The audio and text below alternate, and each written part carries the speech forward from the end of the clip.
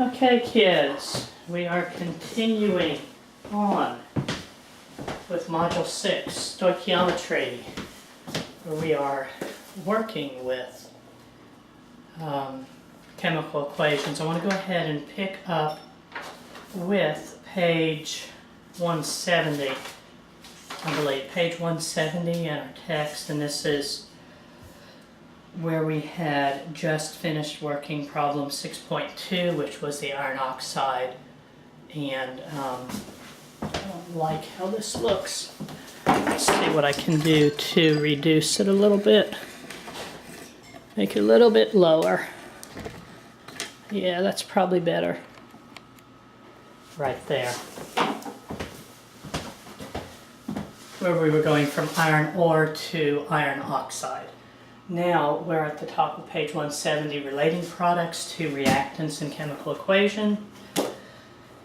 One way chemists often use stoichiometry is to determine the quantity of a reactant needed to make a certain amount of product.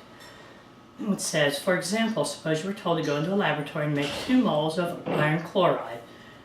And once again, I may not be naming it correctly, but it's a chemical used in electronics manufacturing using the following reaction. And then we have this great big long reaction. I'm going to go ahead and write it out for you. So you have 2 Fe. I bet Ti is titanium. Let me check and see. Ti is titanium. 2 FeTiO3, which is a solid, plus 4 HCl, which is a liquid, plus chlorine gas, plus Cl2, and that's going to yield this FeCl3. It's going to yield 2 of those, plus 2 titanium oxide, 2 TiO2. Need something? 2 TiO2 plus 2 water. Let's see, it just looks like a really ugly algebra equation right now with some variables. Let's see what we have. Make sure I got it right. 2 FeTiO3, 4 HCl, Cl2, 2 FeCl3, 2 TiO2, and 2 water. Now I want to make sure that, it looks, since we have coefficients here, it looks like this equation is supposed to be balanced. Let's go ahead and make sure that it is. We've got 2 iron here, 2 iron, 2 titanium, 2 titanium, 2 times 3 oxygen. We have 2 times 2 is 4, plus 2 times 1 is 2, so we have 6 oxygen on both sides. 4 hydrogen, 2 times 2 is 4 hydrogen. 4 chlorine, plus 2 is 6. 2 times 3 is 6 chlorine. So our chemical equation is balanced. And what was our question? Suppose you were told to go into a laboratory and make 2 moles of FeCl3. This is what we want to be making here. How much of each compound are you going to have? Well, you have to have 2 moles of this one. You have to have 4 moles of HCl. I think it's supposed to be a little L. Yeah, HCl. And you have to have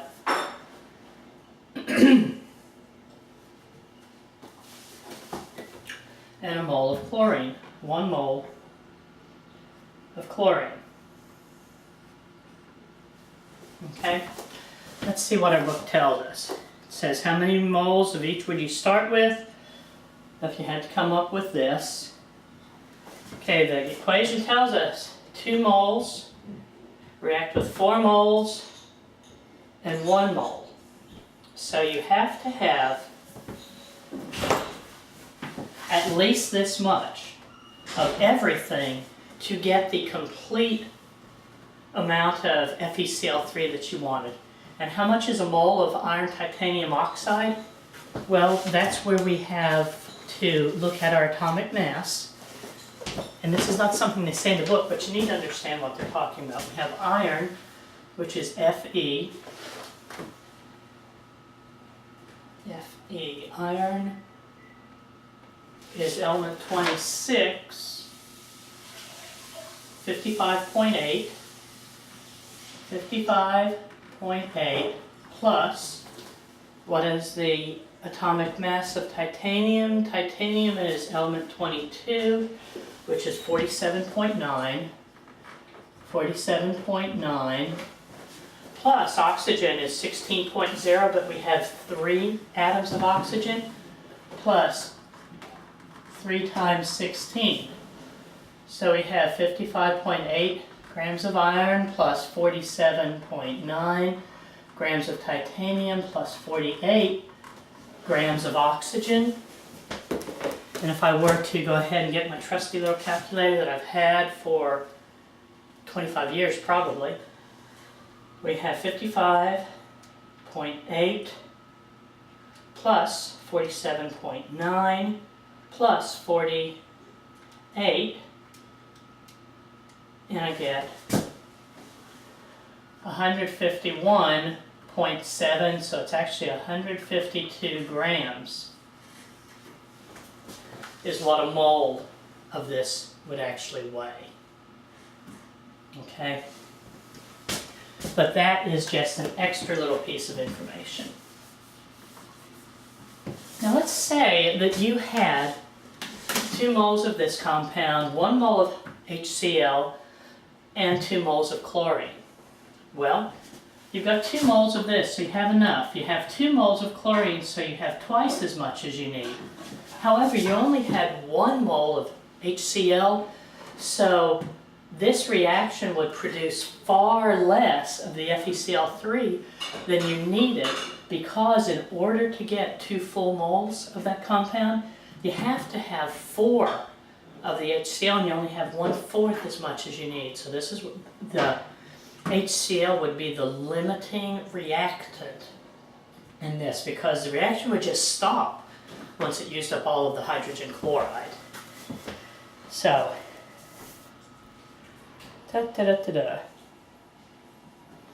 So another way we can use chemical equations is to relate the amount of product we desire to the minimum quantities of reactants we would need. So this says, if we want to get at least that much product, we have to have 2 moles plus 4 moles plus 1 more. It's okay if we have more, then it would be in excess of what we need.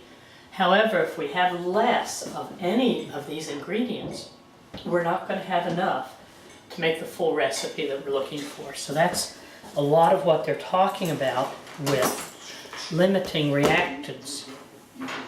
Now let's look at example 6.3.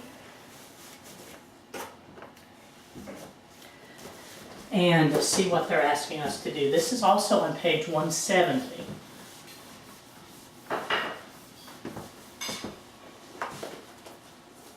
.3, a chemist wants to make ether, which is C4H10O.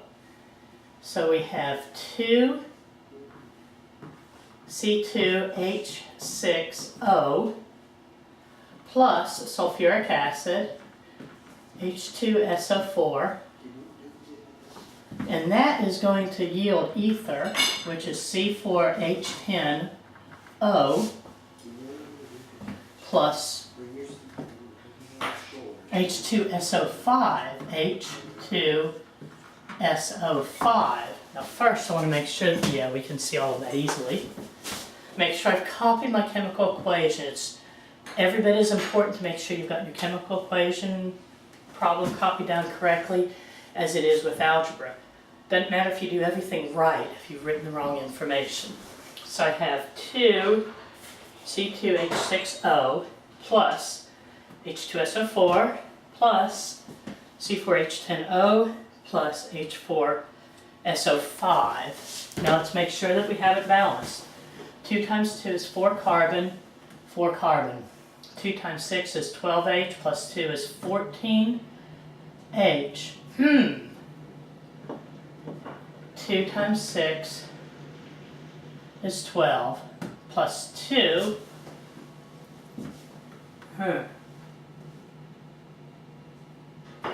And I just have 12 there instead of 14. What did I do wrong? H4, 10,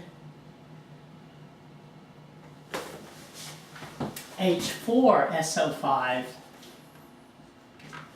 So I'm going to say always make sure your equation is in balance.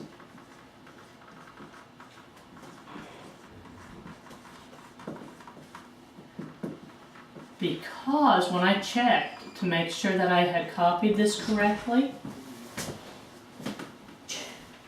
even though it's H4SO5, I may have said H4SO5, but because it's so close to this sulfuric acid here, I missed that I had 2 atoms of hydrogen instead of 4. Let's check the hydrogen again. 2 times 6 is 12 plus 2 is 14. 10 hydrogen plus 4 is 14. Now the hydrogen is balanced. 1 sulfur and 2 oxygen plus 4 is 6. Here I have 1 oxygen plus 5 is 6. Now I know that my chemical equation is balanced and I can go ahead and continue on. Let's see. The problem tells us the chemist wants to make ether. And then it tells us that he wants to make 134.9 moles of ether. 134.9 moles of ether. This is what we're trying to get. The question is, what is the minimum number of moles of this compound and this compound that he needs? So in order to do this, we have to be able to come up with 2 ratios. We have to relate how much of this we need to get the relationship between this and the ether, and the relationship between the sulfuric acid and the ether. We're going to look at the coefficients.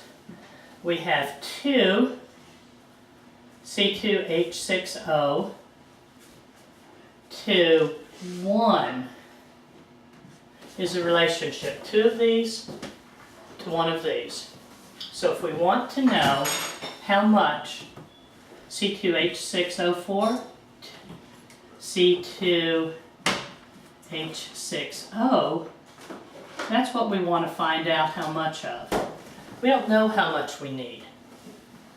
This is the H2SO4.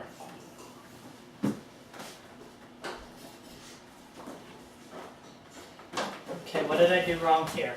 It's not the H2SO4, it's the C4H10O. Do you understand what I did? We're taking the relationship between this reactant and this product. So the relationship we have on the left side is 2 molecules of C2H6O produces 1 molecule of ether, which is C4H10O. Now, how many moles of this C2H60 do we need? That's going to be X, if we want to produce this much ether, 134.9 ether. Cross multiply, 1 times X, X, can we see this here? Yes, X is equal to 2 times 134.9. X is equal to 134.9 times 2 is 269.8. 269.8 moles of this compound. We can use 269.8 because we have our significant figures here, 4 significant figures. Moles of C2H6O.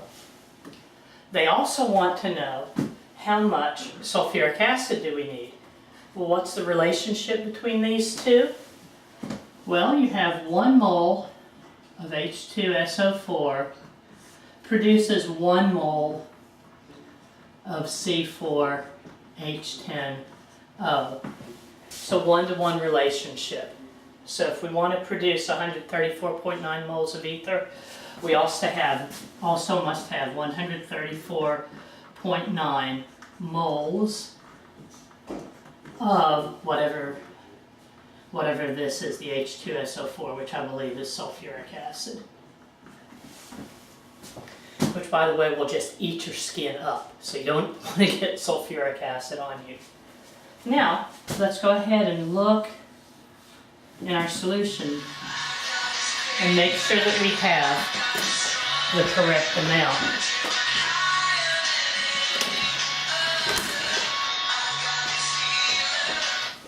And that's going to be on page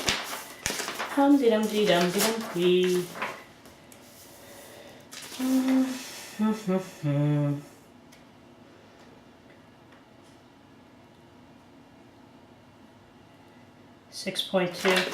Actually, that was not an on your own problem. If you look at page 171, it says that we need 269.8 moles of this.